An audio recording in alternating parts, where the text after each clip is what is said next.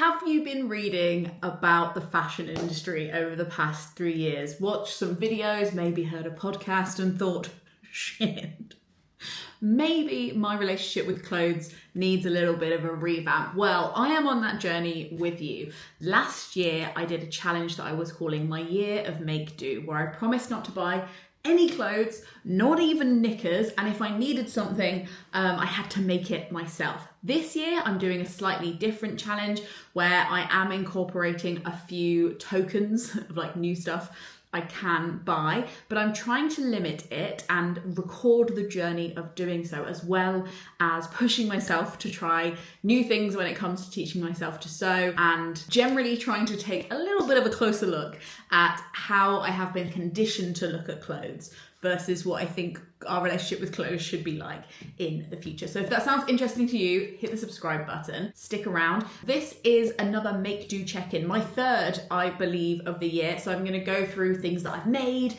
things that I've bought, things that I'm excited about, things that I was excited about that I ended up not buying, and how I emotionally feel about it all. So let's start with the celebrations. What have I made? Oh, geez. From last year, you might remember that I had on my wish list, my bingo card of things to do, making a crotch, which sounds like a weird expression, but essentially making something that had a crotch. It's something that scared me to make, but something that I feel like is essential to humans having bodies, especially in the summer. So I am happy to announce that I am the proud mother of one crotch. This is my crotch. It's attached to some trousers. These are the Chandler trousers. I will leave the link in the description below. I believe I've talked to you about them before, but I decided to make a wearable tulle, a wearable muslin.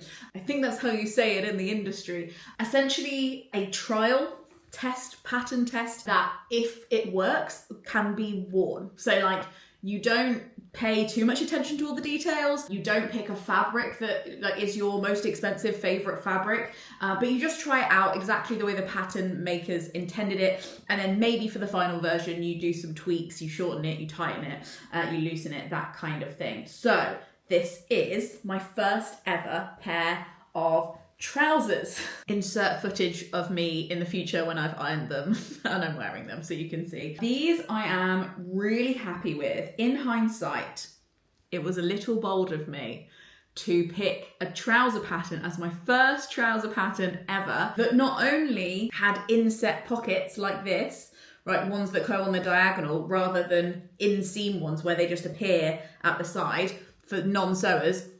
Now you know that's quite tricky to do. We should be very thankful for any clothes that include this feature, because that's hard, but also belt loops and pleats. All these things I had never done before, and admittedly I could have just picked a pair of trousers with some elastic at the top. That would have been sensible, but no.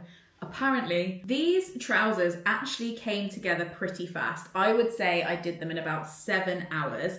I used a second-hand linen tablecloth that I got off Vinted. So while they are linen, they were also a very small cost to me. And for the finishings, I used extra bias binding that I'd made from scraps from other pieces of clothing and extra thread that I didn't know what to do with. So a lot of the thread of the innards, like the guts of this beast, are very mismatching on the inside, which is totally fine and actually kind of cool. What I liked about the pattern was that at the front it has these like quite sophisticated pleats that almost look kind of work appropriate, and at the back it has a massive panel of elastic so it can grow with your body. Because another rule of mine is that I'm not introducing anything into my wardrobe that wouldn't fit me at least 3 sizes. So I had to make something with elastic, and here it is. I am really happy with this prototype. Am I somebody who wants to wear bright red trousers? I'm not sure. But I'm really happy with it as a trial. And another good thing to know is that I definitely need to shorten them next time. And I'm going to shorten them within the pattern so it's still in proportion rather than just turning them up. I think a lot of times when we buy clothes, I'm 5'2" and I've realised at how small that is.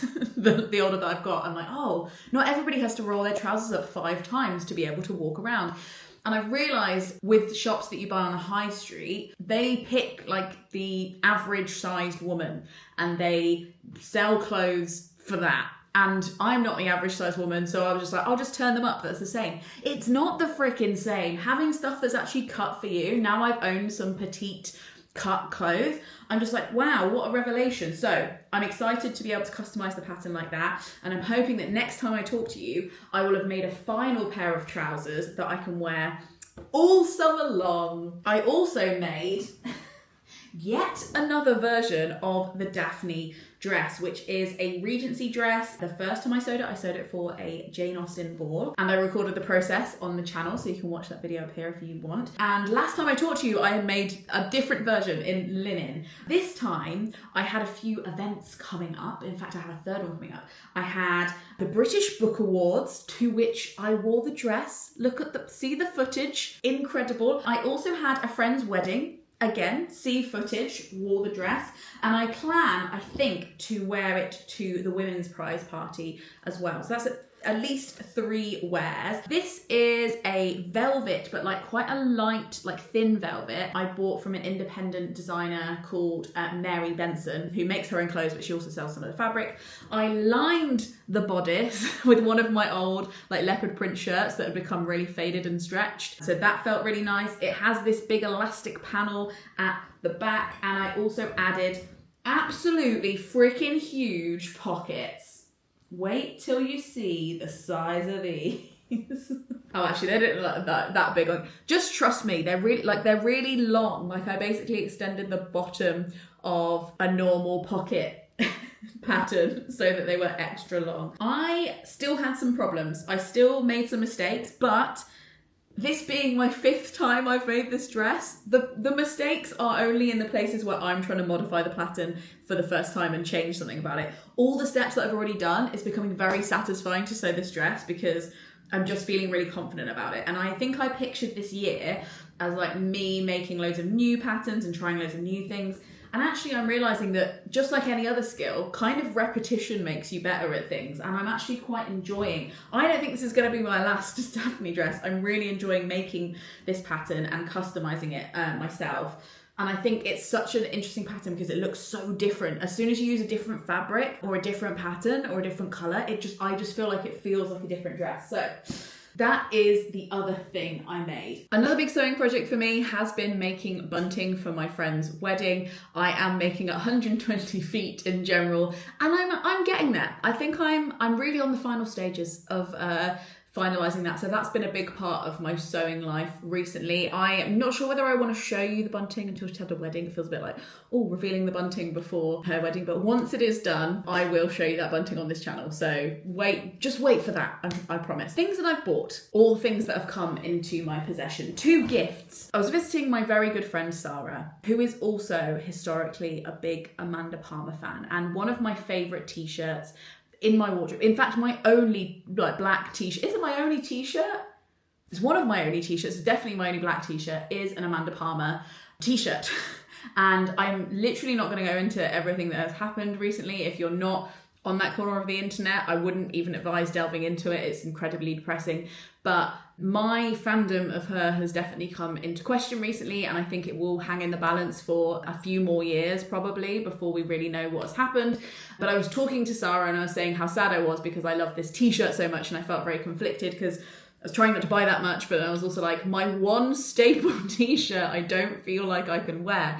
And I would love to hear in the comments how you feel about your relationship with merch and like wearing stuff from people that like you ultimately don't know and you don't know how they're going to act in the future. Anyway, so my friend Sarah was like, I hear you, that is really annoying. And you know what? I actually have a spare black t-shirt that I would love you to have. I was going to give it away anyway. I thought that was like quite a nice moment in the year of Make Do, is that when you kind of open up to other people, you're like, oh, it's so annoying, because usually I just impulse buy like another black t-shirt, but I don't want to do that. Like, what should I do? Usually somebody in your vicinity is like, I've got one of them. So I think talking more about what you need, even if it's just small things, can result in like a big planet saving. So I'm going to wear this black t-shirt and style it as I would the other ones. and enjoy that for now and put my Amanda Palmer t-shirt in storage and see what the future holds. A gift in fabric form that came to me are these two amazing fabrics from my friend Ariel. I recently got married, and as a wedding gift she gave me these two incredible fabrics that she brought over from Canada from one of my favourite fabric shop that I found in Canada when I visited her before. This one is a kind of very, very light, very, very slight stretch leopard print denim. I have 2 meters of this, which is enough to just about make a dress if I wanted to, but then I could also make a cool bag. Maybe I can make some shorts. I don't think it's long enough for me to make trousers, but I want to say that next time I speak to you, I will have made something with this fabric so that I have momentum to get on and use the good fabric, because I'm really excited about that. And she also bought some stripy fabric that I think maybe could make a good top or a good shirt. And she bought me buttons to match, because she's very clever like that. When it comes to spending my clothing tokens, I talked to you last time about how I bought this pink stripy top and I was wearing it all the time and I absolutely loved it and I was really excited to maybe get more. And I also told you that I had sold over 40, it's more than 40 items now. I think we might be getting up to 50 items from my wardrobe this year, which was an unexpected perk of reassessing my relationship with clothes. So I have decided to add a little addendum to my rules, which I think is still within the realms of the extreme and still within the realm of very frugal and I think quite strict, is that for every 10 items that I sell or give away or put in circulation, I am allowed to get 1 item back. That I think is enough clothes that like I won't be motivated. I won't see something and be like, I'm going to sell 10 items to get that item. Like I don't think that would ever happen. But as I naturally get rid of more clothes, I'm like, I think 10 out, 1 in is an okay compromise. So I'm giving myself a few extra tokens, 2 of which I have spent on 2 more of these absolutely incredible knit tops. They're secondhand from Zara. There are absolutely hundreds of them on Vinted. Please go and save them. And I'm wearing them constantly. I'm tracking the clothes that I'm wearing through an app called Indexed, which maybe I'll tell you about at the end of the year when I've got the stats. But I am absolutely rinsing both of these plus the pink one, and I couldn't be happier about it. Couldn't be happier, thank goodness. One of my real life tokens I spent on this green dress. It is the only new thing I have bought this year so far. Might be the only new thing I buy all year, but it is a Manners London stretchy, supportive, princess seamed dress that I have been thinking about. Do you know what? I've been thinking about buying it since before the pandemic. I remember seeing somebody before the pandemic at a party in it and being like, is that dress from Manners London? And they were like, yeah. Manners London is a really small independent business that I really love, and I have bought their tops before and I love supporting them. I think their clothes are really, really good quality and last a very, very long time.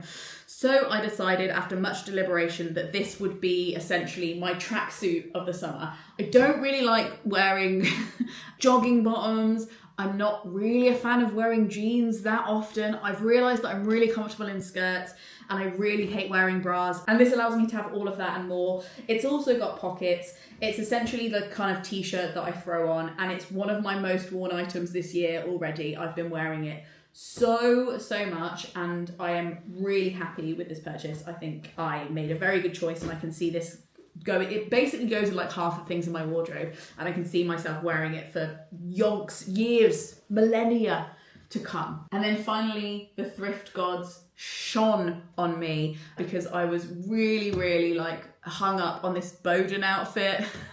Look at it, it's so good. It's so, I don't want to be like, it's so me. We'll talk about that later. But it felt so me and I really wanted it. But I was like, it's so, like, it's not, I just was like, no, I'm going to resist. And then on Vinted, this dress came up for about £15, and it is a secondhand cotton Gorman dress with this amazing, like very interesting pleat detail in a kind of geometric pattern. A woman complimented me in the toilets the other day while I was wearing it and was like, oh my God, have you ever seen, do you know like what Elmer the elephant is? And I was like, yeah. She was like, you remind me of that. And I was like, thank you, that's such a big compliment. And then she was like, oh God, I didn't mean that you were an elephant. I was like, That's not where my brain was going. Do not worry. Love it. This is also something that I've been really rinsing and is very, very pleasing and excellent for layering as well. So another great use of my limited tokens, I think. Things that I have been tempted by. This is something that I don't think I've covered that much in other videos, but I had some real instances of it recently without then alerting you to these things existing and making you want them as well. There were a few things that dropped. There were these leopard print trousers from a brand that I've been eyeing up for a long time called Beyond 9, and they just looked like the epitome of me. You know, like dark leopard print fabric is really hard to find in this world, and I love the cut of these trousers. I've looked at the cut of these trousers all year being like, love the cut of these, and I feel like it plays into that, paired with Manners London, who I bought this dress from, doing a whole leopard print drop, and then Killstar dropping a whole Wizard of Oz line of clothes. I love the Wizard of Oz, if you don't know, and I really love Wicked. I have a whole video essay about how much I love it. They dropped that, including this amazing mesh top with the Wicked Witch of the West on it, and it's so nice. And it made me think, like, all of those instances make me feel a certain thing, and that is that these things have been made for me. They're things that I associate with me. They're things that I think when other people see them, they'll be like, that is so Lena. And therefore it makes me feel like it is the right, decent, nay, destiny-filled thing for me to buy it. And that simply can't be true. In the same way I don't believe in star signs because there aren't 12 personalities on Earth, I don't really believe in like a certain colour or pattern being you, because there's not enough of them for that to ever be tailored. So when I like say, oh, leopard print is so me, it doesn't mean that every bit of leopard print that is ever made would fit in my wardrobe or is something that I should consume. And that is something that I can say, but it's very hard to believe, because when people drop stuff that's this cool, I'm like, oh, it's leopard print, so I've got to get it. It's Wizard of Oz, so I've got to get it. And that is a mindset that I'm trying to be aware of and to like step away from. And in some instances, it makes sense. Like as soon as I saw this fabric, I knew that I'd love it forever, because I have been eyeing up fabric like this for years, and it just feels like a very consistent thing that I will like for a long time. And it felt like a very good price point, and it was secondhand, so that makes sense. But like Killstar, they're like 101 fast fashion, like good on you rating of like 1 or 2 out of 5, like real bad. And I couldn't like come on here and be like, oh, you know how I've been talking about all this, and then but actually I've bought from a fast fashion brand, but it was okay because it was like so me. And I did have that conversation in my head, and I was like, no, that's going to sound ridiculous, and it's not. Anyway, I will look out for this mesh witch top on Vinted until I die. And if any of you see it, and if you don't want to buy it, which is your right, message me, because I am now going to take this as like a personal vendetta, like against fast fashion, that I will find somebody who buys this and regrets it and sells it on. I might even save a token of my tokens just in case. But yeah, that's something about like, I don't know if you've ever experienced that, but this idea of like something just feeling like it is targeted at you, because it is, but not because it's destiny, it's because it's marketing. Okay, a little check-in on my bingo card. These are all the things that I'd like to do this year if I can, but it's okay if I can't do all of them. Although I don't have a row yet, I don't have bingo. I only checked off one so far since my last check-in, and that is make trousers, which I am feeling smug about, but we've still got a long way to go. I've got to try an overlocker, I've got to make some knickers, I've got to make some socks. I don't know, I've just been doing bunting, man. I've just been doing my little bunting. I've been making my trousers, and I will hopefully have at least a line to show you next time we check in. But what can you do? Plans for next month, I would like to cut down on spending my tokens, for one thing. We've spent enough of those. I've got 2 left, I believe, but I'm only halfway through the year. So let's calm down on that front.